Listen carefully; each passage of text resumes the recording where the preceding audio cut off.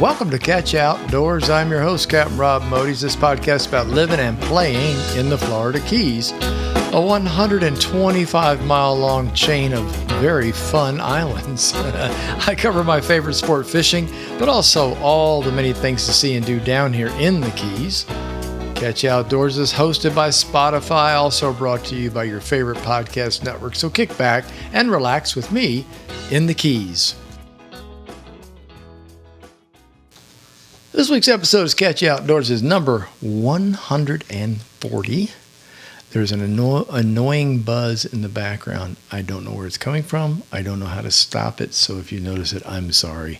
Just ignore it. Pretend like it's not there. I'll work on it this week. And some interference in this room, I think, or outside there. I don't know. Something's going on. But it's not too bad. But I noticed it when I was sampling some of the playback. Hello all, good morning, afternoon, evening, depending on when you're tuned into my podcast. I'm recording this on Sunday, May 26th. Just so happens to be my wife Janelle's birthday. Happy birthday, Janelle. We had a wonderful day today. I'll get to that. That had a lot to do with the fact that over the last, I guess it's been 5 days, I fished 3 times. It's some kind of a miracle. I know. It's like I went like a whole month without fishing, and now all of a sudden it's like, whee! So we had a great day today. I'll talk about that. We'll get to that. So 140, number 140. Wow. I'm only 16 episodes away from starting year 4. That's pretty crazy. I appreciate everyone that's been listening. I appreciate the numbers climbing. It's wonderful. It seems that I'm gathering 5, 6, 7, 8 people every single episode, and sometimes more. Last week I gained, I think it was 15 or 16 more listeners. So it never goes real fast, but I really don't care because I'm kind of doing this for me. It's not about becoming a multimillionaire doing podcast. No, it's more fun writing books and doing songs, to be honest with you in that case. But this gives me a chance to connect with all these people that I've worked with and played with and talked to on the radio over the years. So it's very gratifying, and thank you very much for listening. Let's see. Like I said, I did a lot of fishing this past week. Even did a back-to-back, and I'll get to that in a few minutes. So it was Thursday, Friday, I believe I did back-to-back. I took off Saturday, and then I did today. So that's 3 trips in 4 days. I am mistaken. About the weather, summer is here in full force and officially there for you in the north. I hope so too, because we are right on June now. And by the time you get to June, I would certainly hope that snowstorms and sneaky things like, other than if you live in the far western mountains of Colorado, someplace like that. Sure, I understand altitude may get you, but it's almost June. It's time, this is when the pools open up. Which I always thought when I moved to Kentucky as a kid. I was a young adult, and it just floored me that the pools weren't open until now, Memorial Day weekend, and then Labor Day they closed. And I'm thinking, well, that's a cheap shot, It's like, but then I understood, it's like it's cold. The water's cold. You don't want to get in that water when it's cold. So down here pools are open all the time, and even in the winter when I'm not so sure I want to swim in them, they heat pools now. So. But I don't get in unless I'm really an 86 person. Does that make sense? An 86. I love about 85, 86 degrees. To me, that's perfect. 90's kind of like soupy. Don't really care for that. And I don't care for cold. I just don't like cold. And the pool's open in Memorial Day in Kentucky. I remember in Louisville, and then everyone went to the pool. And who in the world would get in? Because the pool's just open, which means the water's still cold. Anyway, whatever. I like an abundance of good old-fashioned sunshine. and they had that in Kentucky. Don't worry, it's just not like Florida sunshine. So anyway, welcome to summer, finally. June 1st it is right around the corner. The wind has stopped blowing. Oh, my Lord. I don't know who did it, but thank you. Whoever's watching over Florida or watching over me or us or whatever, thank you for stopping the wind. The weather pattern now is also much more normal. We'd like to see a bit more rain, and hopefully that'll happen soon. I kind of missed the showers, but we were getting very close to that. We get up in the morning, and we have some clouds out over the Atlantic. They bring quick little showers to the shoreline, then that goes away. It gets very calm, stays calm until about 11 in the morning, and then the breeze starts to pick up out of the south-southeast, sometimes just regular east, and nothing bad. Picks up to 10, maybe a gust of 15. Cools things down a little bit, and the sun goes down. Beautiful sunset. We start all over again. Now, as we progress into June, we will start to get morning showers, real rain in the morning, right before the sun comes up, and then again in the evening. And that's what we need. That's that dampness that we need down here to make our flowers grow, make my orchids bloom. So, but at least the wind stopped blowing. Hurricane season is almost upon us. Officially starts on June 1st. We've been warned that this might be a very busy season. So, as usual, getting the supplies ready and plan for the evacuations. And see, in the Keys, for most storms, you don't hang around. So building up supplies like lots of water and batteries and flashlights and that stuff, I mean, we do that. But do we really need to do that? Not really, because we leave. I mean, they say go, we go. We don't hang out for a storm down here. That would be stupid. No, we live on an island. It's almost at sea level. It's like, no, pack up the boat, hook it up to the back of the truck, fill the truck up with stuff, get the cats in the cat carriers, take the essentials and the important papers and things like that, and get the hell out of Dodge. Run up to the center of the state, find a hotel if you can. We just camp basically until the damn thing goes by, and turn around, come back, and hope everything's still here. So, about the only thing we focus on is how to return. To be honest with you, we have to go. I have to go do this. We have to go over to the DMV, and you have to get a tag that goes on your car dash that lets them know that you're a resident, so you can get back in after the storm's over, because they lock the road up. They lock US 1 up. They won't let anybody in except for worker bees and local residents. So we try to get that done. And, of course, we get our medications and pet food and important papers, that kind of stuff. So the moon was full on the 23rd, and the bite jumped up quite a lot.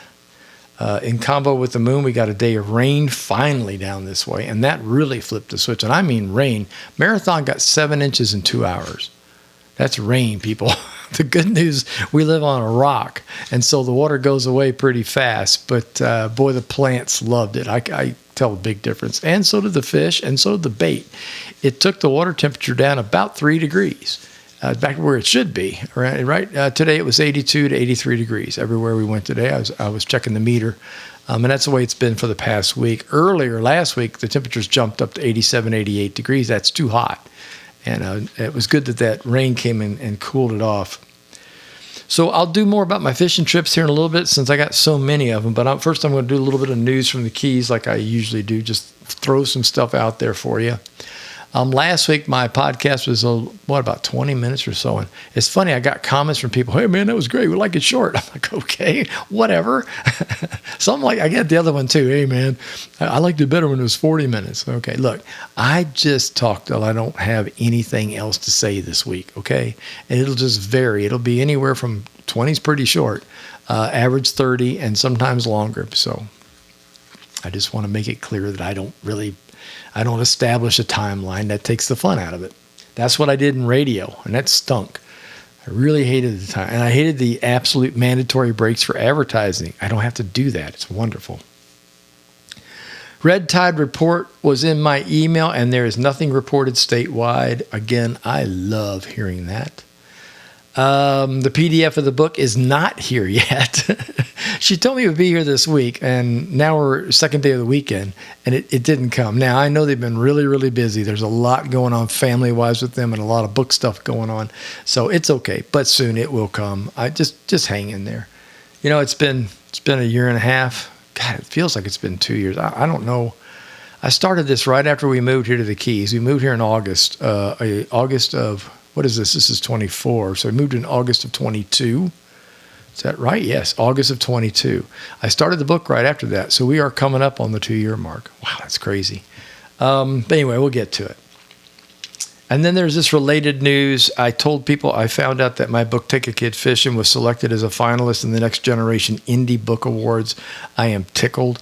It just, you're right, and you hope that people read it, and you hope that people enjoy it. But when it goes up to the award people and they do the judging and stuff, and it pops up and you win, it's just I don't know, it's just exhilarating. And that was I'm most proud of that book. It's probably the shortest one I've ever written, but I really wanted to get out there what it takes to take a kid fishing, to get a kid addicted to fishing, get them out there, get them out of the house. And it's very important to me because that's how I started. And my brother and my sister started as youngsters.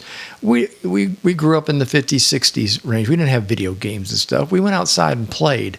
And I'm so afraid that's going away. And I watched it go away. So when I was guiding, I was very, very into taking kids out and making sure that kids enjoyed themselves, focused on kids. And that's what this book is about. This is to help adults teach kids how to fish and what to expect from kids on a boat, be they male or female, different ages. So that's what that book. So anyway, I was really, really happy. My publisher just happens to love that book. So she entered it in this thing. She told me, she says, I'm going to enter this. And I go, okay, whatever. So she had me send her a couple of, I think I had to have 3 copies of the book to send it to the judges. And damned if it didn't win. So anyway, check it out at catchoutdoors.com. I have they're for sale on there and they're signed. So if you want to pick yourself up a copy one, or perhaps you're a grandparent like to get one for your son, daughters, your grandchildren, maybe, go that route. So makes a nice gift. More news. A new Publix was proposed for Tavernier. It's been nixed for the time being. The local people said yes, and I believe the county/state said no. I don't know how all that works, but there's a great big huge area of land down there, and they were thinking about putting that on there along with some affordable housing for worker bees, workforce housing, I think they call it. And they had this whole plan all done out, and it all looked pretty good on paper.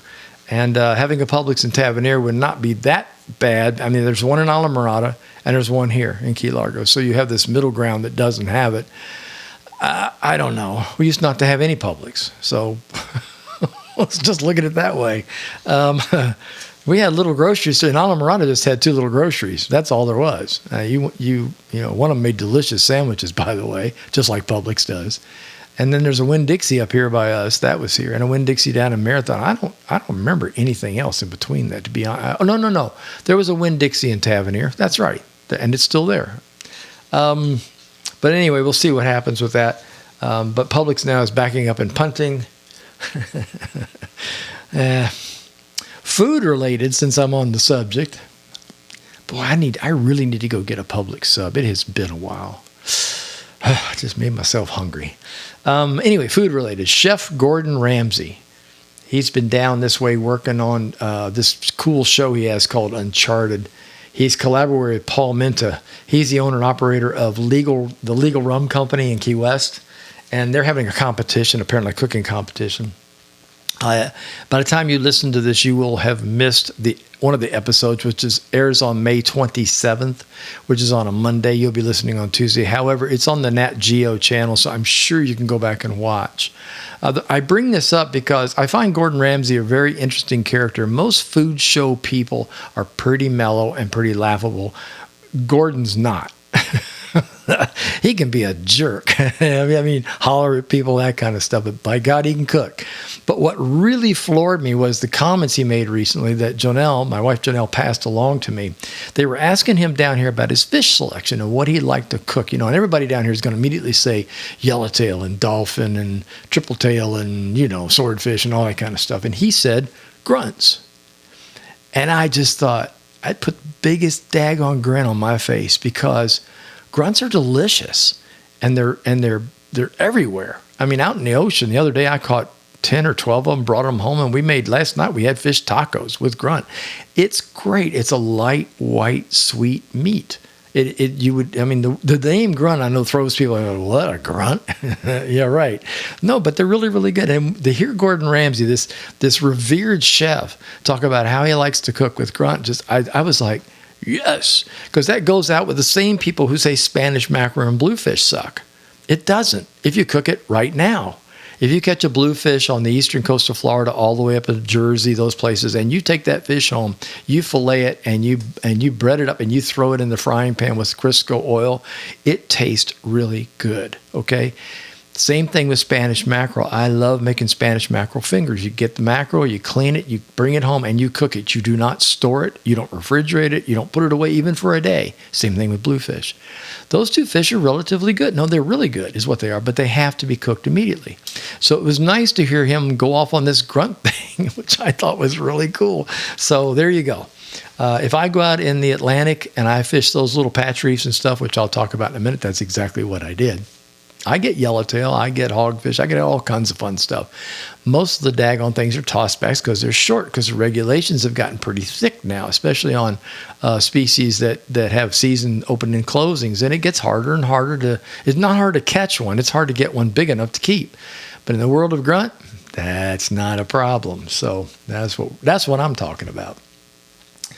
So let's see. On a recent trip, I'll just talk about it. On a recent trip, I brought home almost a dozen. Filleted them, and again, we made fish tacos. Janelle makes, my wife is wonderful. She really is a great cook, and she can put together those wonderful sauces, the things, you know, like a mango salsa, things that you need to go with fish. And so that's what we did, and it's great. I made a note here. What's not to like? The name? I think that might be what it is. And again, by the way, Uncharted, Nat Geo Channel, 27th. This is tomorrow. I didn't look up air times and things like that. I know that on my service I get it. I'm on YouTube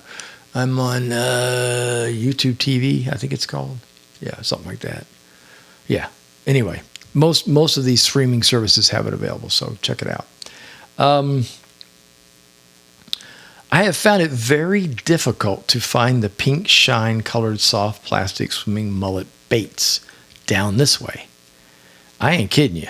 I have been to 4 different tackle shops from here down, from Key Largo down to Alamorada. You know, ones that carry good stock, and they don't have it. Bass Pro doesn't carry it. Bass Pro's got all kinds of gulp, but not that color. What is wrong with these people? And most of the soft plastics aren't pink that they have here.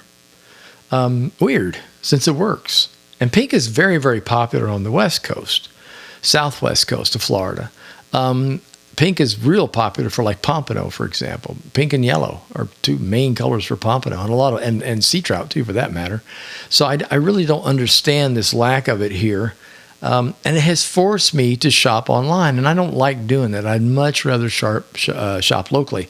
So I do most of my shopping locally. So if I need line leaders, things like that, you know, local, that's not a big deal. But I've really had to resort a lot to online shopping. So I'm going to give you a tip on one that I enjoy, and they do a great job, and that's Discount Tackle. There's a lot of online shops too. You'll see that, but Discount Tackle does a really good job. They have their menu layout's easy to find stuff. They have a nice search engine. You can hunt for things that you're looking by color or design or whatever.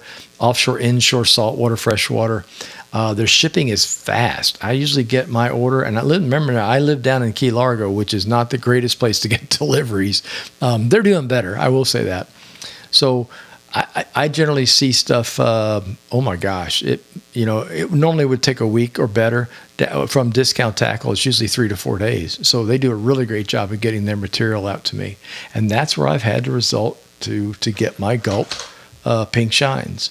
That's the swimming mullet pink shines, 4-inch, if you're wondering, and I catch a lot of fish on that thing. It's really good. Let's see. I know what I was going to talk about. I hit up we call it the Yellow Tackle store. If you've been to Key Largo and you've come through town and you're heading south toward Alamorada, you look on the left-hand side of the road, you'll see this old yellow building that's been, I think, since 1939 or early 40s. It's a tackle shop called the Yellow Tackle Shop. And new management's in there, and I think they're doing a much better job, quite frankly. So I dropped by there, and I was just kind of browsing to see what he had and chatting with the guy that works the counter. And I picked up Rapala's X-Rap SXR 10s. It's called the Extreme Action Swim Bait, or Slash Bait, I'm sorry. And I bought one which looks kind of like it's green, looks like a shiner, like a pilchard. And then I bought another one that's got a little red under the chin. Same lure almost exactly, but a little splash of pinkish red under the chin. Haven't tried them yet. I will. But I saw a video on these things. I don't know if you've seen this. Extreme Action Slash Baits. When you work them through the water, they're a lipped bait. And they go crazy in the water. And it's the kind of thing that our fish down here really, really like. They like something that looks like it's in trouble, and they'll attack it. So I can't wait to try these. I bought just a couple to give them a shot. And I've also been picking up, I've become adamant about pink fluorocarbon leader. I've pretty much given up on clear fluorocarbon. Seaguar has got pink. Bass Pro carries pink. The Seaguar pink label, I use 30 pounds down here because we have fish that'll just cut you off. I would love to use 20. Heck, I'd love to use 15 if I could get away with it. But unfortunately, we just have an unbelievable amount of barracuda that live in the bushes around here. And if you're crazy enough to throw one of your prize lures in there, there's a really good chance you're going to lose it just because it's going to get snapped off. And I'm not going there. So I stick with 30. And if the lure costs more than $10, I'm putting a piece of wire on the daggone thing. I fished, Thursday and Friday this past week. And then I fished today, Sunday. And I'm going to start with Thursday, Friday. Weather was absolutely perfect. Man, I got to tell you what, it really was. The winds have gone down, so it was like a slick ride to the back. On my first trip, I did 62 miles, a round trip way up into the back country and up to these, I guess you'll call it the northwest areas of Florida Bay, and really had a ball. I caught a lot of fish and just had such a good time. The main fish was jacks. I did have one snook on and off. I'm still in the endeavor to find a redfish, which hasn't happened yet. I guess I got to keep going west. I'm convinced now. I don't know. I'm working at it, though. And what was really great about that day was just the abundance of fish. They were everywhere. A lot of mangrove snapper, a lot of grunt, a lot of the blue stripe grunts in the backcountry, and other just mixes of fish. And the bite was pretty much steady from about 7:30 in the morning till about 10. And then it fell off like a rock, I will say that. But when it stopped, it really, really stopped. But overall, the fishing was quite good, and I really had a great time. The second trip, it was so pretty that day. I even made a comment on Facebook that I'm going to have to go out tomorrow, and I did. But this time, because the wind was down so much, I went out in the Atlantic Ocean. And this is the first time I've been in the Atlantic in months. I have tried to go out there a couple of times, but I'm in a skiff, and I just don't want to dunk a skiff. It's not fun to have a wave crash over the bow. You'll survive it, but it's not entertaining. And it was like glass. I could have easily done Cuba, no problem. I could have done the 90 miles, no sweat. It was just amazing how beautiful it was out there. And I wasn't alone. It was one of those days when you look around and you see a whole bunch of guys out there in their flats boats going, man, I can't believe I'm out here, that kind of thing on their face. You're like, yeah. 45 feet of water. Visibility was perfect to the bottom. You could make out rocks, ledges, edges. You didn't need a depth finder. You really didn't. You didn't need a fish finder. You could look down and see the fish. I caught everything. The standouts for me were hogfish. And then I caught a Spanish hogfish. Look it up. It's a beautiful fish, mostly yellow with splashes of orangey red on it. Incredible looking fish. I got a dozen grunts that I brought home, some really nice grunts. These were the ones that are close to a little over half a pound. So they're about, 9 inches, 10 inches long. These were like they look almost like a good size or a small size snapper. So I was really tickled to see that, to the point where I'm throwing the other ones back and just keeping the biggest ones I could get. I'd already made up my mind that fish tacos was going to happen, so that's what I was working on. Lots of a couple of big cudas, a whole mess of strawberry grouper. I probably caught 5 of them. None of any size, but I don't know. I just think they're cool fish. What else did I get off the bottom? It was wild. It really was. Oh, and the chum line was even crazier. In the chum line, I had just an entire string of ballyhoo as far away as you could see off the back of the boat out there. Traveling around, I went out to the deep water. At 60 feet, you could no longer see bottom, but in 50, you could make out structure. And that's the clearest I've ever seen it. When you're in 50 feet of water and you can look down and still see structure, that was something else. I knew the visibility was great because the Speedwell Grove ship is right out by where I go fishing. It's at about 150 feet of water, 160 feet of water. So it's on that great big drop-off edge right next to where I'm fishing on the patch reefs. And the dive boats were surrounding it. So I thought, okay, so this has got to be the best dive ever, because that's a huge ship on its keel. And it's really something to see. So that's how it was. It was really great. I used on the first trip I used nothing but artificial and did really well until, like I said, till about 10, and then it was like, okay, I think it's going to be time to go home. Out on the big water, I got out there real early, 7:30, I guess, and I was pretty much dropping nothing but frozen shrimp on circle hooks or frozen shrimp on jig, but mostly circle hooks because that makes it legal. And letting it drift back in the chum line until a yellowtail would smack it and reel in a yellowtail. It was great. It really was.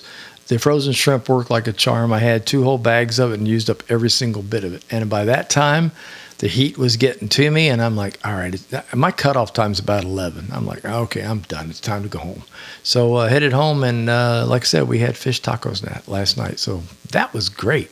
Before I get into the today's fishing trip, while we're talking fishing, the CCA Florida Star Tournament began yesterday, May 25th. This is a months-long tourney that runs through September the 2nd. It's a combination of conservation, data collection, education. It's got prizes, scholarships. I think I mentioned this last week, $500,000 worth of prizes. Don't miss it. If you live on the coast, if you're a coastal fisher person, CCA covers the entire state of Florida. They have different divisions, like offshore, inshore. They even have a garbage division, things picking up garbage, literally like trash, a trash division.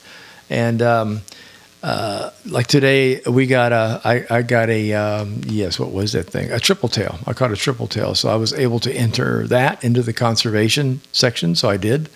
So anyway, it's really neat. You sign up. If you're a CCA member, you're already good to go, but you have to sign up an additional $40 to enter the tournament, and that lets you pretty much just basically go fishing. Let's see. You need a phone app. You need a measuring tape that you can pick up. In our case, it was at West Marine, which is right here in Key Largo. And then you take pictures of the fish that you catch on the tape and turn them in electronically on the phone. There's a chance to win up to 5 huge prizes if you get a tagged redfish. There's like pickup trucks, boats. It's crazy. So don't miss out. They even have a dolphin one down here in the Keys. They have a dolphin segment for tagged dolphin.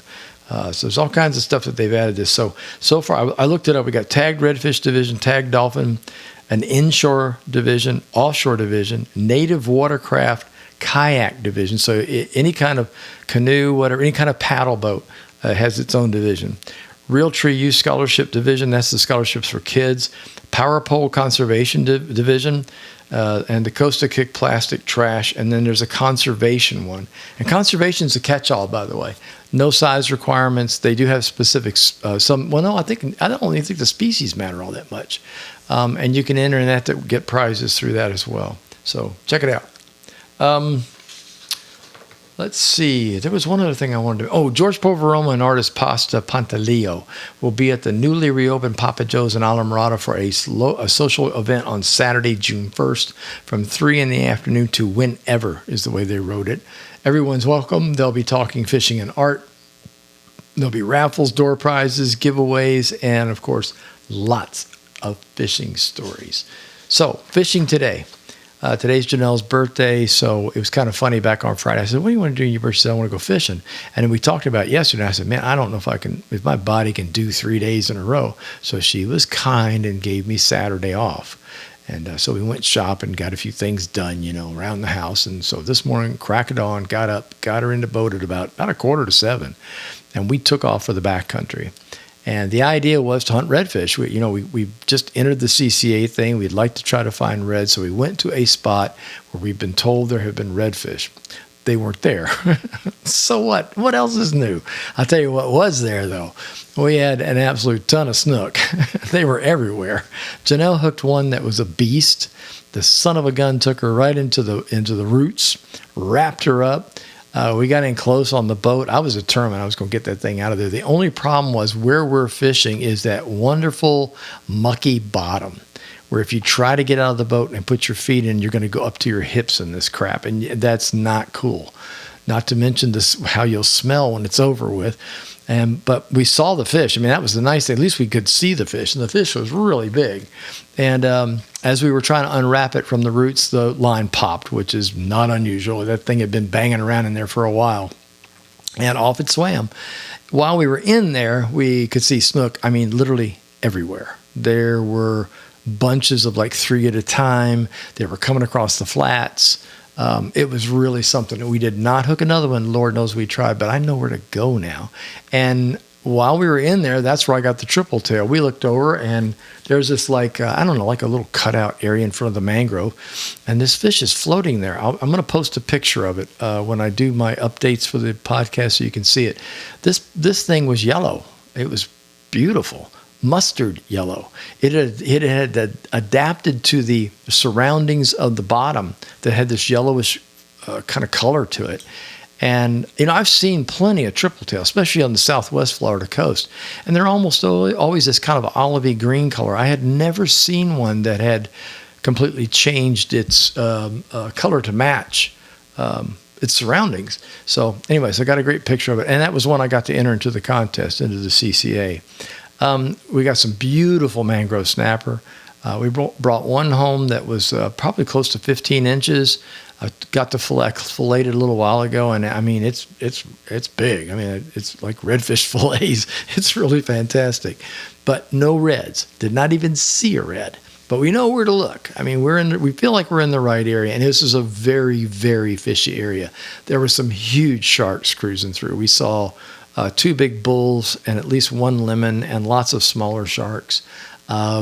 Rays, what else? Little sharks, a lot of smaller sharks came through there too. Now here's the exciting thing. So we're coming up on this point. We've decided it's almost over. Time to go. It's getting late in the morning. Heat was getting to both of us. And I look up and I go, God, here comes a huge snook down this corner. And I had a little jig with a shrimp on it. We were tossing, by the way, tossed live bait in there today. We were not messing around with artificials. This was all shrimp on jigs, because that's what I do for redfish. I don't mess around with lures for reds. And so we tossed up, this thing was coming right at me. And lo and behold, it was a full-size tarpon, under 100 pounds. I'd call it 80, 85, 90 maybe. Coming at me. I dropped the shrimp in front of it. The sucker picked it up. And in my brain, I'm like, now what am I going to do? And he spit it out. It was like he felt the jig and you should have seen it. And we both got to witness this because the water's so clear. He literally sipped it off the bottom and then went and just spit it right back at me. And then turned and said, no, dude, no. And I was like, are you kidding me? Again, I was light tackled. I was tackled up for snook and reds. I was not tackled up for tarpon. So Lord knows what would have happened if I had hooked it. But we'd have had plenty of working room because we were out on the biggest, broadest flat I've ever been on in a while. So, but anyway, that was my fish story. And so I had a pickup by a tarpon and a drop, and Joe Nell lost an absolutely beautiful snook in the bushes. But there's always next time. Wow, I've been chugging away here for 33 minutes. Ooh, okay, so it's time to do useless information. And now, from the original book of useless information. You are a reject! You are useless! You can get a job down here cleaning toilets! Here's your host, Captain Rob Modies. Well, he swears up and down he's useless, but he might be all right eventually, but completely useless. With useless information. Just for the halibut. I thought we'd talk about money. Yeah, why not, right? Yeah, okay. Japan's currency is the most difficult to counterfeit. Remember, this is useless information, okay? That's number 1. Number 2, John D. Rockefeller was the first billionaire in the United States. Howard Hughes once made $500 million in one day. In 1966, he received a bank draft for $546,500,000 $549,171 in return for his 75% holdings in TWA. And last but not least is Ted Turner. Did you know he owns 5% of New Mexico? Whatever that's worth. No pun intended, of course. Let's see here. Before I go, some last words. During last Thursday's trip in the backcountry, much to my dismay and a bit of anger, I found another set of those foil party balloons. This was a set for someone's birthday. You know the ones, right? Sold at Publix for all kinds of special events. Not to pick on Publix. These balloons I like their subs. These balloons are also sold at many drugstores and other novelty stores. I found these in the EMP on 3 different occasions since late March. And guess what? We found one again today. So now it's 4. I found one on March 31st. I found a set on April 15th. That was with Salty Cracker was here. And then I found on May 23rd, just a few days ago, I found more balloons stuffed into, they get lodged into the mangrove. And today we found a balloon back in the back. Janelle and I did, and managed to get it out of the mangrove. All of these still had ribbons attached except for the one today. Today was just the balloon, which is unusual. Most of the others have ribbons. These things are known turtle and bird killers, plain and simple. As our regular balloons used at parties, graduations, weddings, etc. You know, up in Broward County, I don't know if Broward did. I know Miami-Dade did. Miami-Dade will not permit celebratory balloons released into the air anymore. They do not allow it. So that's a nice move, and I think Broward may have been in the same way. And I wish the Keys would just get on this foil balloon nonsense. I don't mean to put somebody out of business. I don't mean but there's got to be some sort of safety thing that somebody signs, a piece of paper that goes, okay, I promise that I will dispose of these properly. And then put their name on it. So if we find it back there, we can call somebody and go, hey, this clown put another balloon back here. You can tell it angers me. It's ridiculous. I don't even know why they're allowed to be sold in coastal Florida, and especially in the Keys, huh? Good question. I will post some pictures. Now, not to end on a down note, June's almost here, my favorite month of the year. There's just something about June that makes me feel good from head to toe. I think Jimmy Buffett said it well. I've mentioned this before. There's a line in one of his songs, wishing every month of the year could be June. Boy, I could not agree more. So get out there, y'all. Enjoy the June weather, no matter where you are. Take care, and I'll talk to y'all next week. Thank you for tuning in. If you enjoyed listening, please tell a friend, leave a review, and don't forget to subscribe to the channel. Facebook page is Sketchy Outdoors, website sketchyoutdoors.com, where you can find all the previous podcasts and a schedule of what's to come. Until next time, get outdoors and enjoy.